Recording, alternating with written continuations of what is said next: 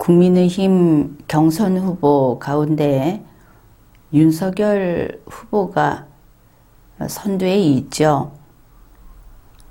지금까지는 어떻든 1위 후보라고 우리가 인식을 하고 있습니다. 보니까 그 2차 컷오프 결과도 김재원 공명선거 추진단장이 방송에 나와서 말로는 이러고 저러고 하지만 진행자하고 서로 눈짓을 하고 웃고 이러면서 홍준표 후보보다 4점보다 훨씬 더 받았을 수도 있고, 이렇게 보기에는 그런 발언은 대단히 부주의한 발언으로 봅니다. 그렇지만 마음으로 윤석열 후보를 응원하고 있는 그런 김재원 단장이 아닌가, 이렇게 볼 수 있고, 그런 면에서 윤석열 후보는 현재로서는 1위 후보다, 이렇게 생각하고 있습니다. 그런데 국민의힘은 이제 본경선이라고 하면서 아직 후보들에게 기호를 부여하지 않은 것 같죠? 기호 추첨했습니까? 기호도 없이 경선을 한다 하는 것은 절차를 빼먹은 것이죠. 기호가 좀 늦게 부여가 되는지 아니면은 빠뜨렸는지 그것도 궁금합니다. 현재 보수에서는 윤석열 후보에게 기대가 아주 큽니다.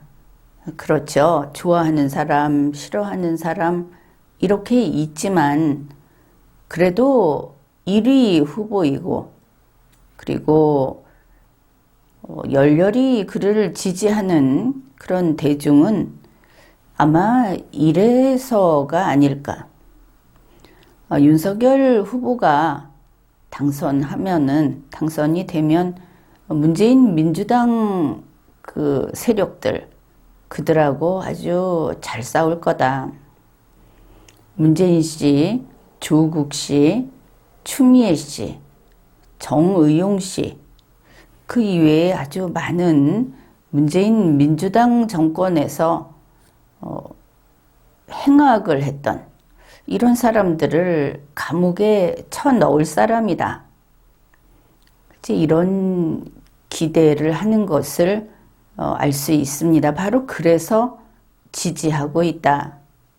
그런 것이죠. 그런데 이렇게 상당히 긴 기간 토론을 하고 또 후보로서 경선 후보로서 여러 가지 활동을 하고, 그런 가운데 윤석열이라는 영웅이 혹시 가짠가? 이런 의문이 제기되고 있습니다. 그가 영웅인 줄 알았는데 실은 아주 거대한 어떤 그 인물 이런 게 떠 있는데 봤더니 그게 풍선으로 만든 인형이었더라. 아니면은 거대한 비누방울로 만든 영웅의 모습이었더라. 이 두 가지다. 그저 바늘로 콕 찌르면 바늘구멍 하나로 그냥 터져서 사라지는 그런 그 물건들이다. 그거를 알 수 있습니다. 혹시 그런 것인가? 한 몸에 기대를 받고 있고 많은 사람들의 희망을 거기에 걸어놓고 있는데, 만약 이러면 어떻게 하나? 이제 그런 의문과 함께 걱정이 커가고 있습니다. 보수는 이번에 반드시 정권 교체를 해야 합니다. 가짜나 헛개비를 내세워서는 망하는 것이죠. 그래서 이제 4강 경선에서는 여러분 모두 아무도 편들지 마시라, 이렇게 당부합니다. 그러면 무엇을 할 것인가? 오직 검증하는 겁니다. 이러한 아무도 지지하지 말라. 어차피 그 4명 다 여러분의 후보감 아닙니까?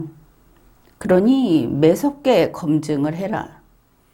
그런데 이렇게 말을 해도 못 알아듣고 이거 내가 지지하는 윤석열이다, 홍준표다, 뭐 유승민이다, 원희룡이다 하면서 건드리지 마라 이러면은 그거는 용납될 수 없습니다.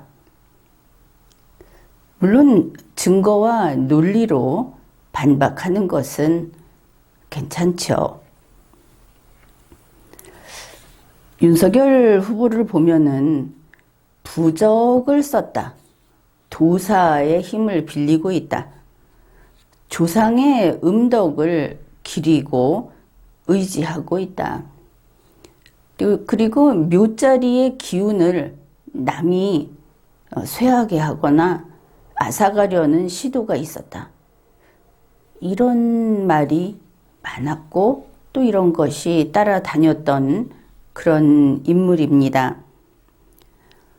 손바닥에 임금 왕자를 써가지고 토론 자리에 나와서 그게 발각된 것만 무려 3차례다.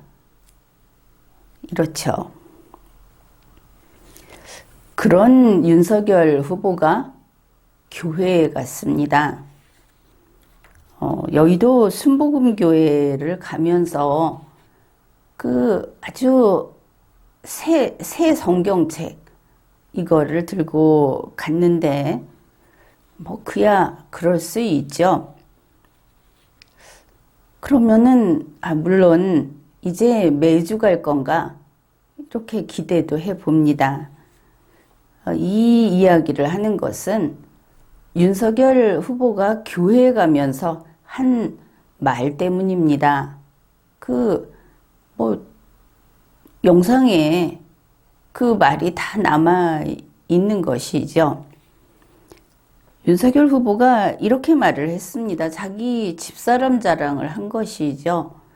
보통 예전 분들 같으면 밖에서 공개석상에서 굳이 집사람 자랑을 하면은 좀 모자란다 이런 이야기도 들었는데 어떻든 그는 이런 자랑을 했습니다. 집사람은 어릴 때부터 교회에 열심히 다녀서 구약을 다 외우는 사람이다. 지금도 구약을 줄줄 외워요. 또 누가 옆에서 뭐라고 하니까 아니 모르겠어요. 어릴 때부터 교회 열심히 다녀서 이제 이게 또 방송을 타고 그랬죠. 그 장면을 보면서 구약을 줄줄 외운다. 윤석열 후보가 윤석열 후보의 그 아내 사랑이 얼마나 지극한가. 남에게 자랑하지 않고는 못 견딜 정도인가 보다. 이제 그렇게 생각을 할 수도 있는데 중요한 것은 윤석열 후보가 교회에 가는 모습이나 그걸 보여주는 거, 그리고 이런 발언 하나하나는 결국 자신의 경선 선거 운동인 것이 맞죠. 공적인 활동이다. 이렇게 되면은 이 말이 또 그냥 넘어가기 어렵죠. 내가 늘 그런 이야기를 했습니다. 우리나라 말에도 있죠. 하룻강아지는 범 무서운 줄을 모른다. 그거를 우리는 그냥 웃어 넘기곤 했습니다. 그런데 이것은 참 세월이 가면 갈수록 정말 그렇다, 이런 생각을 합니다. 만일 숫자 1과 숫자 2만 배운 사람이 있다고 생각을 해봅시다. 그러면은 그 사람은 아주 자신 있게 말합니다. 망설임도 없고 다른 사람이 뭐라고 해도 듣지 않습니다.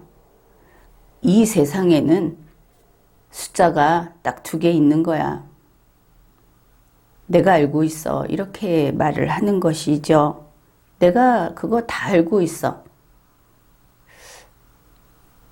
이게 무섭다 하는 겁니다. 세상에 숫자가 2만 있는 줄 알고 자신 있게 조금도 망설임 없이 이야기하는 사람을 앞에 딱 두고 보면 참 막막하죠.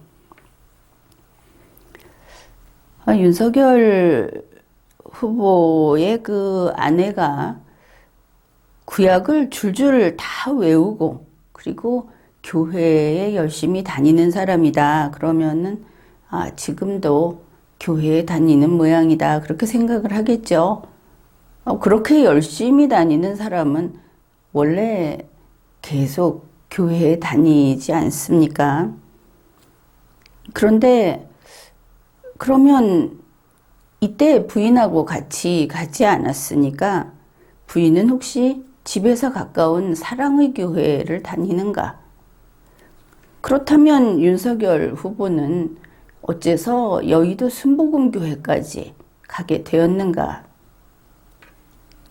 자초지종은 알 수가 없죠. 어떻든 순복음교회를 가는 장면이 우리에게 공개가 됐으니까 아마도 사랑이 필요한 게 아니고 복음이 필요해서 여의도 순복음교회를 가는 모양이다.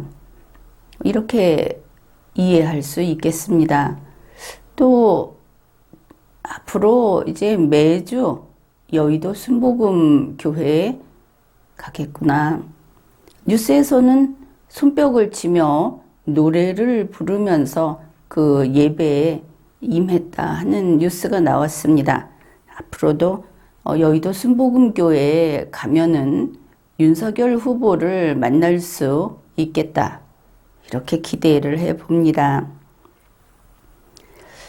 이제 문제는 교회에 다니면 구약을 전부 다 줄줄 다 외우는구나. 이게 보통은 그렇지 않죠. 이거는 대단히 어려운 일이고 아마 쉽게 이렇게 장담하는 사람은 참 드물다. 우린 그렇게 알고 있습니다. 그러니까 윤석열 후보가 아주 자신 있게 그 자랑하고 싶어서 이렇게 했으니까 그 기분 한번 살려주자. 이렇게 이야기를 하겠습니다. 그러니까 간단히 끝내자. 김건희 씨 유튜브 생방송으로 이거 구약 처음부터 끝까지 줄줄 외운다고 하니까 그냥 암송 해주세요. 그러면 그냥 간단히 끝납니다. 물론 이렇게 한다고 해서 윤석열 후보가 부적을 몸에 폐용하고 나왔다. 손바닥에 쓴 것도 마찬가지죠. 이런 일들이 없었던 게 되지도 않고 윤석열 후보가 갑자기 하루아침에 그렇게 독실한 기독교 신자가 되는 것도 아니긴 하지만 적어도 김건희 씨가 이걸 보여주게 되면은 이날 윤석열 후보가 많은 방송 카메라 앞에서 했던 그 이야기는 거짓이 아니었다 하는 게 확인이 되는 겁니다. 이렇게 단 한 번 거짓인지 아닌지 의심을 받던 것이 참으로 확인되는 것, 이것은 중요한 일입니다. 이런 일이 반복되고 생활이 전부 참으로 차곡차곡 쌓여 나가게 되면 그러면 국민의 신뢰를 받을 수 있는 것이죠. 2021년 10월 11일 국민의힘 경선 토론이 광주에서 열렸습니다. 거기에서 윤석열 후보에게 이런 질문이 들어왔습니다. 윤석열 후보의 복지정책은 무엇입니까? 윤석열 후보가 이렇게 답을 했습니다. 아주 어려운 사람에게 두툼하게 해주자. 이게 윤석열 후보의 복지정책이라고 합니다. 그냥 들으면 그렇게 표현을 하는구나 이럴 수도 있지만 이 토론이라는 것이 어차피 경쟁의 장이죠. 토론하는 모습을 국민들에게 보여주고 국민들에게 평가받는 것이 이 경선 토론입니다. 아주 어려운 사람에게 두툼하게 해주자. 이게 복지정책이다. 이거는 구멍가게 앞에 앉아서 그 막걸리 사서 뜯어서 마시면서 동네 노인들끼리 이웃 사람끼리 할 수 있는 이야기기는 합니다. 그게 좋지. 이렇게. 그런데 윤석열 후보는 나는 이런 복지정책을 구상했고 이것을 실천하겠다고 발표한 사람이죠. 이미 다 마련해서 발표를 한 사람입니다. 그런 경우에 두툼하게 해주자. 이런 말은 나올 수가 없는 것이죠. 정확하고 세밀해야 할 부분에서는 그리고 보다 일정 수준 이상의 전문성을 요구하는 곳에서는 거기에 부합하는 그런 답을 해야 하는 겁니다. 현재 윤석열 후보의 복지정책은 두툼한 복지정책이다 하는 것이 국민들에게 상당히 그 실망감을 줬고 또 불성실하다 혹은 능력이 부족한 것인가 이런 생각을 하게 되죠.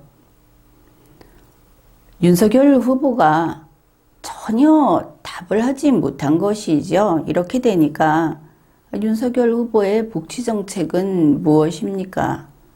여기에 답을 못하니까 주관식이어서 어려운가 보다 이렇게 생각을 했는지 질문자가 다시 질문을 객관식으로 바꿔줬습니다. 문재인 정부가 해왔던 복지 수준에 전반적으로 비교를 하면 아주 상세히 설명을 하고 있죠. 윤석열 후보의 복지 정책은 문재인 정부에 비해서 1번 복지를 올릴 것인가, 2번 복지를 내릴 것인가, 3번 복지를 동결할 것인가, 이것을 답해 주십시오 하고 객관식으로 바꿨습니다. 이렇게 객관식으로 바꾸면 내가 답이 틀렸구나. 애초에 문제를 잘못 읽었구나 하고 바꾸면 되겠죠. 그런데 윤석열 후보는 삼지선다. 이렇게 객관식으로 바뀌니까 오히려 더 당황한 듯이 보이는 그런 모습으로 나는 그런 접근이 아닌데요. 이렇게 말을 했습니다. 자, 여기에서 윤석열 후보는 현재의 이 질문하고 답변하는 이 절차에 적응하지 못하고 있구나. 그것을 알 수 있죠.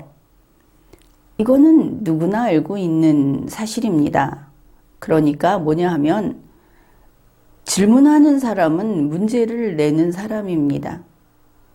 답을 하는 사람은 문제를 읽고 문제에 따른 답을 해야 하는 것이죠. 그런데 윤석열 후보가 어떻게 했습니까? 질문하는 사람이 문제를 냈더니 내가 답을 하려는 것은 그 답이 아니고 내가 답을 하는 것을 들어라. 내가 앞에서 주관식 문제에 답을 못한 것은 내가 하고 싶은 말을 했는데 그게 답이 아니었다고 하면 되겠느냐. 실은 이런 식의 서로 엇갈린 문제를 내고 답을 하는 것은 의사소통의 방법입니다. 그런데 잘 듣지 않고 거기에 맞게 답을 하지 않으면 그러면 가위표죠. 점수를 못 받는 겁니다. 이거는 부적응한 것이다. 이렇게 평가를 하죠. 윤석열 후보가 나는 그런 접근이 아니고 질문이 그게 아니었다니까. 이해하죠. 문제는 질문한 사람이 내고 윤석열 후보는 답을 하는 위치에 있는 겁니다.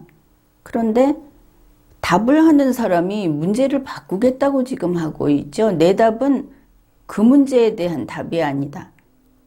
이거는 아주 큰 문제입니다. 이래가지고 어떻게 이런 식의 대화를 할 수 있겠습니까? 토론이 안 되죠. 이래가지고는. 아무튼 이 장면에서 우리는 윤석열 후보는 객관식을 더 어려워하는구나. 이것을 알 수 있었습니다. 그래서 질문한 사람이 다시 질문을 또 바꿔서 또 합니다. 이거 그렇게 어려운 거 아니죠? 그런데 벌써 질문을 3번째 다시 하는 겁니다.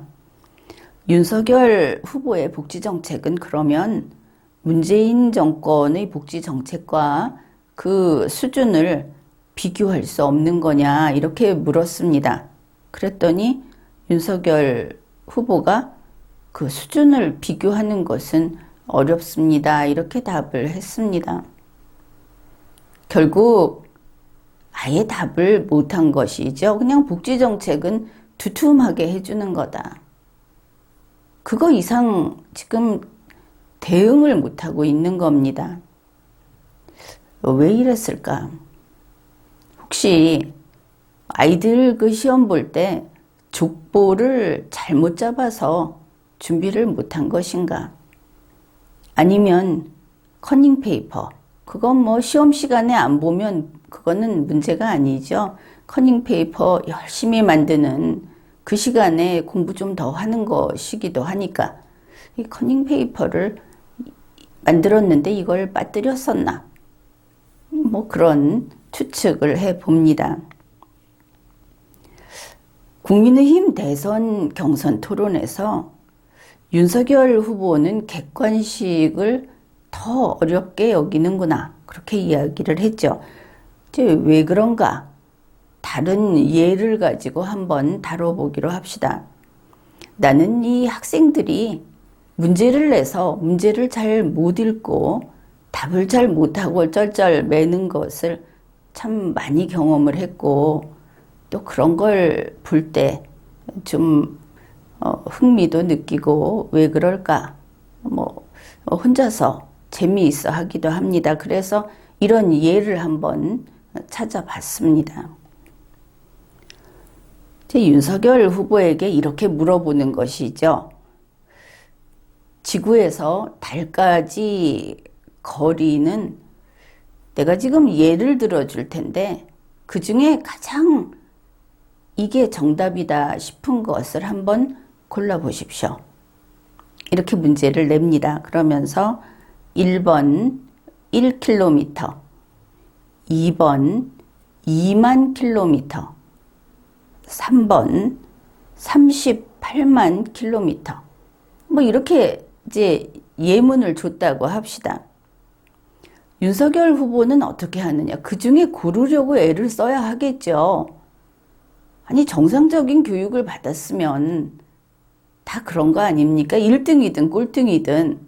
그런데 윤석열 후보가 우리 그 토론에서 봤던 것을 토대로 다시 어떻게 할까를 구성해 보는 겁니다. 아마 이럴 겁니다. 저 달은 내 눈앞에 있으니까 거리는 아마 이 정도라고 생각합니다. 비슷하죠. 복지정책은 두툼하게 해준다. 그렇게 말을 했다. 그래서 다시 질문을 해봅니다. 그러면 달의 크기는 어느 정도 된다고 생각을 하십니까? 달의 크기를 한번 수치로 알고 있으면 말해 주십시오.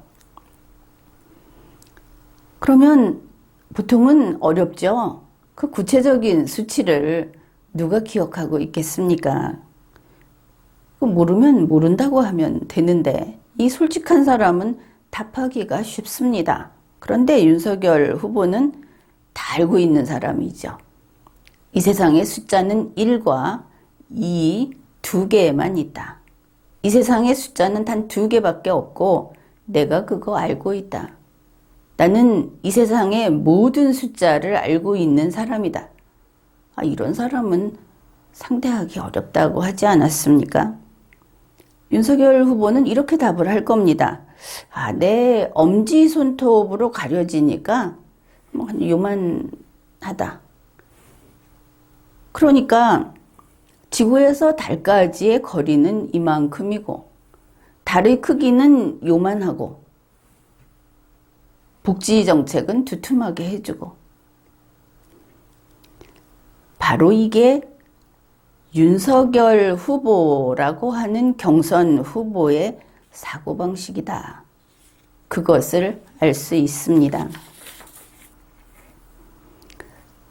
약간 각도를 달리해서 이 사람이 질문에 대응하는 태도, 그리고 어떤 문제를 푸는 방식, 이런 게 그 사람의 사고체계를 보여주죠. 토론을 보는 것은 그런 것도 파악하고자 함입니다. 이 사람이 공무수행 능력이 있는가? 또 선거에서 한 정당의 정당 추천 후보자로서 자격이 있는가? 선거에 임할 능력이 있는가? 이런 것들을 다 파악하기 위해서 이런저런 질문을 주고받는 겁니다. 지구에서 달까지 거리를 정확히 외우고 있으면 그 사람이 훌륭한 후보입니까? 그런 게 아니죠. 그래서 윤석열 후보를 지지하는 사람들도 그것 좀 모르면 어떠냐? 그게 꼭 필요하느냐? 이런 식의 반박, 이런 식의 편들기는 하지 마십시오. 10월 11일 광주 토론에서 전문 분야하고 관련 있는 질문을 윤석열 후보가 받았습니다. 그러니까 뭐 검사하고 관계 있는 그런 질문이 되겠습니다. 질문은 이겁니다. 부인의 주가 조작. 후보 자신은 지금은 그게 없다고 믿고 계시는데 이 부인의 주가 조작 이게 만약 드러나면 어떻게 하겠습니까?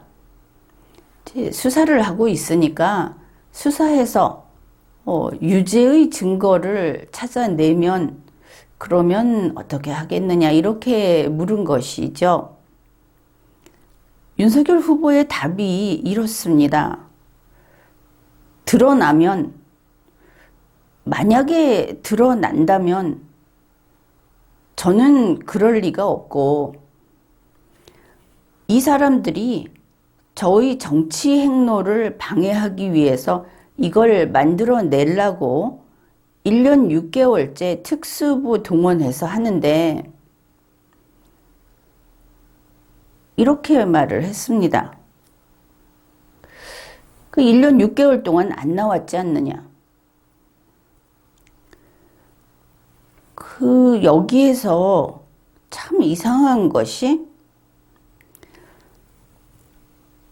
이 수사기관 아닙니까? 지금 수사하고 있는 것은 자, 여기에서 가장 이상했던 게 뭐냐 하면 자기 자신이 그 수사기관에서 근무했던 사람입니다. 그런 공무원 출신이죠. 그러면 수사관이 범죄를 인지해서 혹은 뭐 신고를 받든지 하여튼 그래서 수사를 하면 그 수사관은 악입니까? 또 자기가 생각하기에는 좀 억울하다. 그렇다고 해서 그 수사를 하는 것이 내가 정치에 나가는 거를 방해하기 위해서 이걸 만들어내려고, 가짜로 혐의를 만들어내려고 1년 6개월째 특수부를 동원해서 이거를 하고 있다. 그러면 이 검찰은 악마 집단이죠.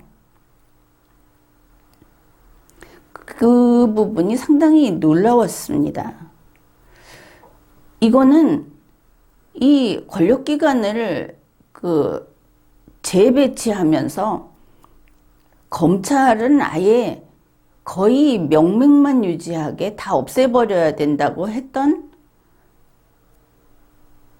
문재인 민주당 청와대 조국 씨가 거기 있었을 때 나왔던, 그리고 뭐 따지면은 초기에 기운 넘칠 때 모든 걸 다 뒤집어 엎겠다고 했을 때 나온 검찰에 대한 그 악의 이빨을 드러내는 정도보다 더 강하다.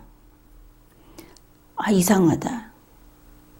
좀 쉽게 받아들이기 어려웠습니다. 이 부분이 굉장히 두드러지게 그렇게 보였던 것이죠. 본인들로서는 그게 괴로운 일일 수 있고 부담스러운 일일 수 있습니다. 그러나 준법 국민으로서 안 그래도 뭐 몇몇 매체라든지 이런 데에서 본인은 억울해도 범죄가 의심되는 언저리에 있다 하는 것은 사실이죠. 그러니 의심을 받는 거 아닙니까? 그러면 좀 힘들어도, 더구나 이렇게 대선에 나가고 싶다 이런 사람이라면은 수사기관에서 하는 수사에 협조를 하고 실체적 진실이 밝혀지도록 최선을 다하겠다. 일반 범죄자들하고는 답이 달라야 하지 않겠습니까? 그런데 명색이 검찰총장까지 했다는 인물이 이거 죄 없는 사람에게 만들어내가지고 죄를 덮어 씌우려고 1년 6개월째 특수부를 동원해가지고 이렇게 하는 대한민국 검찰, 아니면 뭐 다른 수사기관, 이 악의 무리들이라고 이야기를 하는 데에는 아연실색할 수밖에 없죠. 어째서 이런 반응인가? 수사기관이 다 나쁜 건가? 검찰이 이렇게 악랄한 건가? 근데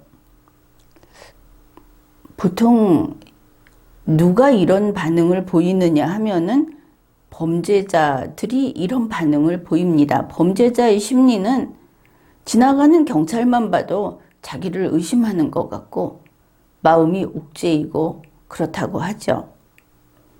아니면 앞에서 이야기했듯이 이 나라의 그 법치, 그 법을 집행하는 검찰을 증오하는 문재인 민주당 일당들, 그들의 마음이 이럴 수 있을 거다.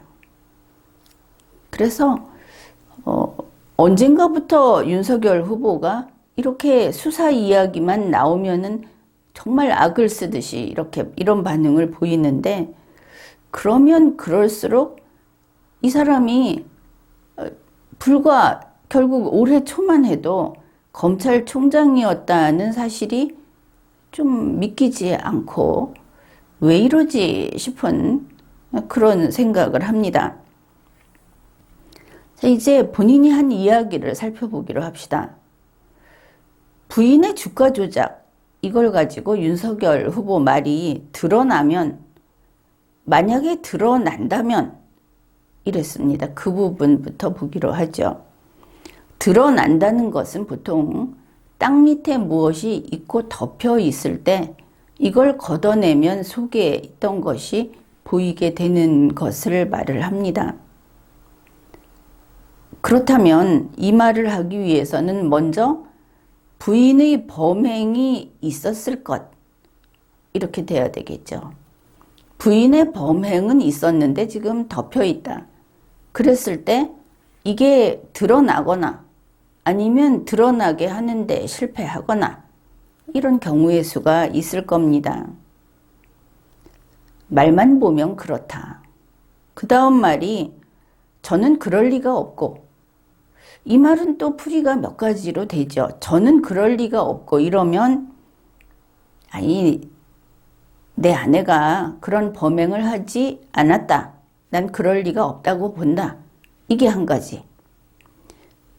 내 아내의 범행이 드러날 리가 없다. 이게 또 한 가지. 저는 그럴 리가 없고 했기 때문에 나 윤석열의 범행 관련성이 드러날 리가 없다. 이렇게 세 가지로 볼 수 있습니다. 이 세 번째가 왜 들어갔느냐? 그건 뒤에 본인이 한 말 때문에 이 경우의 수로 하나 넣은 겁니다. 그러면 어느 쪽인가 보자. 지금 이렇게 말을 한 다음에 윤석열 후보 말이 이제 덧붙여지는 걸 봅시다. 1년 6개월 동안 안 나왔지 않느냐. 검찰이 수사를 했는데 1년 6개월 동안 증거를 못 찾았다. 그러면 일단 부인이 범행을 했는데 1년 6개월 해도 못 찾았다. 그러면 드러나지 않거나는 이쪽이 될 수 있죠. 못 찾는 거 아니냐. 그러면 저는 그럴 리가 없고 부분도 한번 풀어봅시다. 저는 그럴 리가 없고. 그러면 1년 6개월 돼도 못 찾았지만 애초에 내 아내는 그런 짓을 하지 않았다. 범행을 하지 않았다는 첫 번째가 가능하죠. 두 번째, 부인의 범행이 드러날 리가 없다. 이것도 가능합니다. 1년 6개월 돼도 못 찾았으니까 앞으로 못 찾겠지 뭐. 이 두 가지가 가능합니다. 이제 세 번째입니다. 세 번째는 윤석열 후보의 말을 먼저 보고 판단을 합시다. 내가 26년 동안 공직생활 하면서 돈을 피해 다닌 사람인데 무슨 그런 말을 하느냐. 바로 이 부분입니다.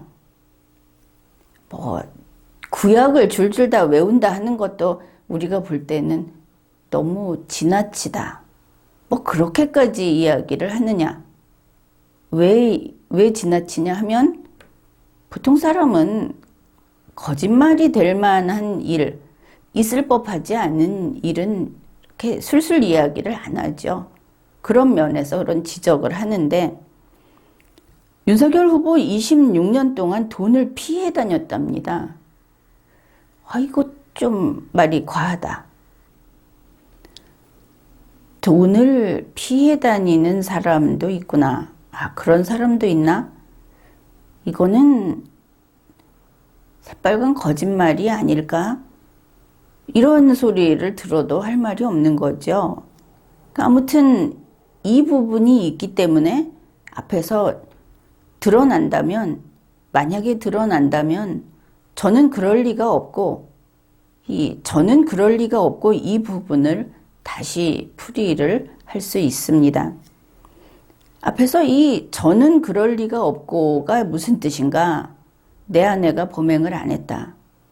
내 아내의 범행은 발각이 나지 않을 거다.